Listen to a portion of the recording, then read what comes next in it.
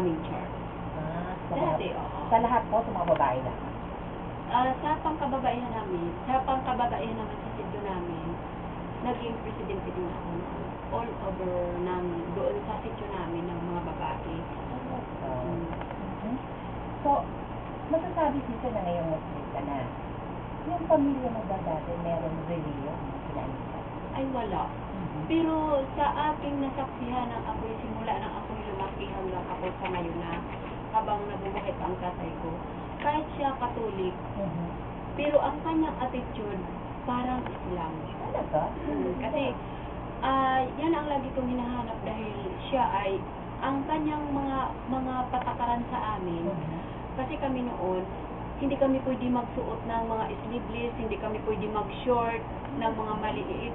Kaila okay lang magsarwal ka at mga mahabang palda hanggang half ng iyong binti. Yun ang father ko. Tapos hindi ka pwedeng magpa-itching-itching sa lalaki. Unless hindi ka pinupuntahan ng lalaki sa bahay, hindi ka doon pwedeng makipagkindat-kindatan.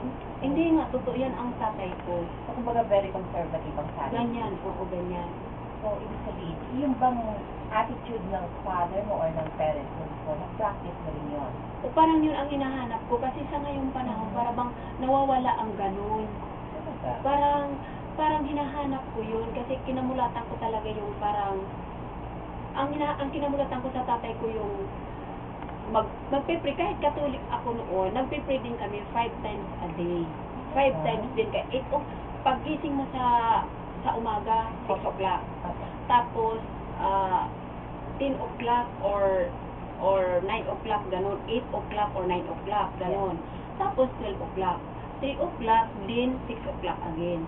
Pero sa night naman, pwede kang mag-pray ng 12 midnight. Tapos, pero the best 12 midnight or 3 o'clock early morning. Early morning. Yun ang kinaanuhan ko, kinamulatan ko ano. So, parang medyo may konting, sabi mo nga, may hawik. Kaya nga po, sabi ko, bakit ganun? Katolik ako pero parang may kulang. Parang may kulang akong hinahanap. Pero di ko masagot kung saan ako. Sa totoo lang talaga, nag-born again ako, tapos naging leader din ako doon. Tapos, in-invite din ako ng Iglesia ni Cristo, nag-ano rin ako doon, pagkatapos sa born again, parang ako rin ang nung mayroon kaming palabas, ako ang ginawang Jesus. Oo, kasi nga daw yung mukha ko. Yun, kaya yun. Kasi talagang mga tagapakinig po natin, parang Middle East view, ang itsura ng mukha ko ng ating sister. Parang Arabiana or kung dito naman po sa Pilipinas, parang tausug ang itsura ko ng mukha. Medyo hawig ng mga tausug from Mindanao. Okay, sister. Alhamdulillah po talaga. Sa economic situation ng family ninyo, makukonsider ba ninyong middle class? May kaya ba kayo sa buhay? Or working class kayo? Working class lang kami. Kasi lahat naman, karamihan naman tao talaga sa ngayon naghihirap. Ako hindi ko tinatago sa sarili ko na kami ay siyempre working class lang talaga kami kasi kung di kami magtatrabaho, hindi rin makakakain. Pero para sa akin, hindi hadlang yung magtrabaho ka, hindi hadlang yung magpakahirap ka na hindi ka makakain. Sa katunayan, kung ang isang taong masipag lang, hindi ka magugutom. Dahil nandyan ang Allah at sana yung mga naghihirap, wag nilang sabihin, naghihirap na, kaya makikihingi na, manglilimos na. Hindi yan dapat gawin, kundi magsumikap at hingiin sa Allah ang mga blessings. Kasi hindi ka naman hihingi na kaagad kang bababaan ng isang kabang bigas eh. Kailangan talaga magbanat ka ng gusto. Bilang kagaya namin ng mahirap lang kami. So, revert ka na ngayon, di ba, sister? Balik Islam. So, ano po ang naging reaksyon ng inyong pamilya, lalo na ng asawa mo at mga anak mo sa pagiging Muslim? Ang asawa ko wala. Sa pamilya ko, sa aming pamilya, sa asawa ko, sa mga anak ko, hindi problema yan. Kasi, ang asawa ko siya pa nga sa akin talaga ang nagyayaya na siya ang nagyayaya sa akin na mag-Muslim ako. Pero sa totoo lang, dahil ang puso ko, dahil nga siyempre may katungkulan ako sa aming church, para bang talagang ayaw ko. Pero sabi naman ng asawa ko, walang masama kasi nag-iisa lang naman talaga ang Diyos. Sabi ko, oo nga kasi walang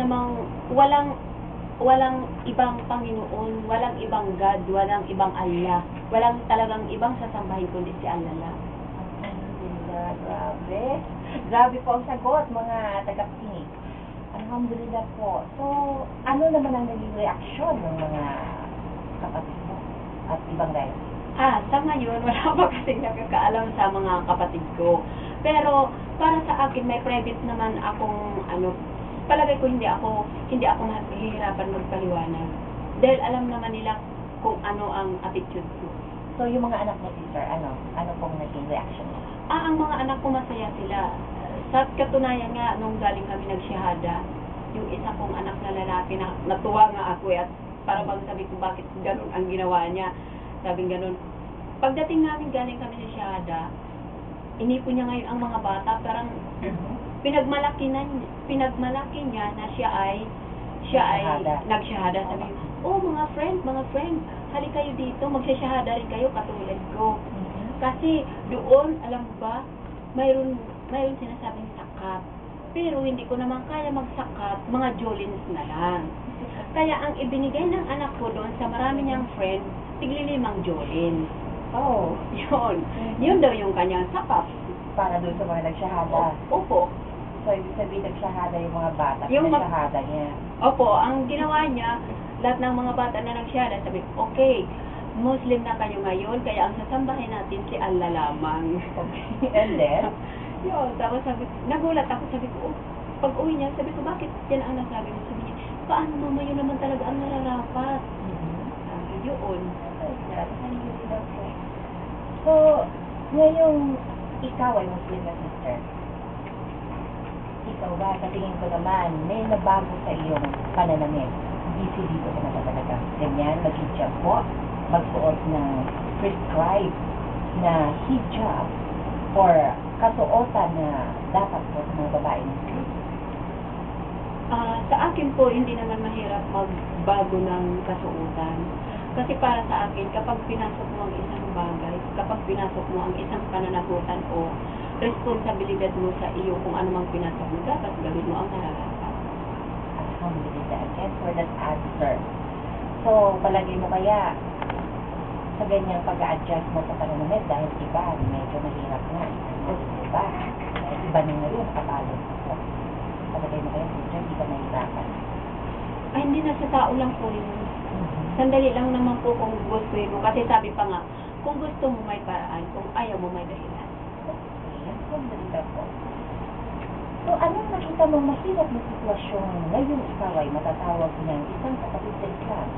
May nakikita ka bang magiging problema mo sister sa iyong community o sa iyong lugar na pinitirahan? Palagay ko, marami kasi nagkukomento, ganun-ganun. Pero para sa akin, ang kaligtasan ko ay hindi nila kaligtasan. At ang komento nila, komento lang nila yun. Para sa akin, wala akong magagawa kung anong sabi nila. Basta, para sa akin, hahawak ako sa laylayan ng damit ni Allah. Yun sa akin. Pero walang damit talaga. Oo, yung kumbaga, example lang yun. Okay. Example lang. Sabihin, panghahawakan mo talaga. Panghahawakan ko kung ano man ang aral. Ang aral. Kasi, hindi pwedeng. Okay. Pero, nagka-problema ka ba simula nung ikaw ay maging Muslim? Yung simula, ito umpisa. Ay, wala po. Wala po. Sa akin, okay. Kasi sa family ko, okay naman. So, ibig sabihin, pinakasap mo ka sa Islam? Opo, hindi naman po mahirap.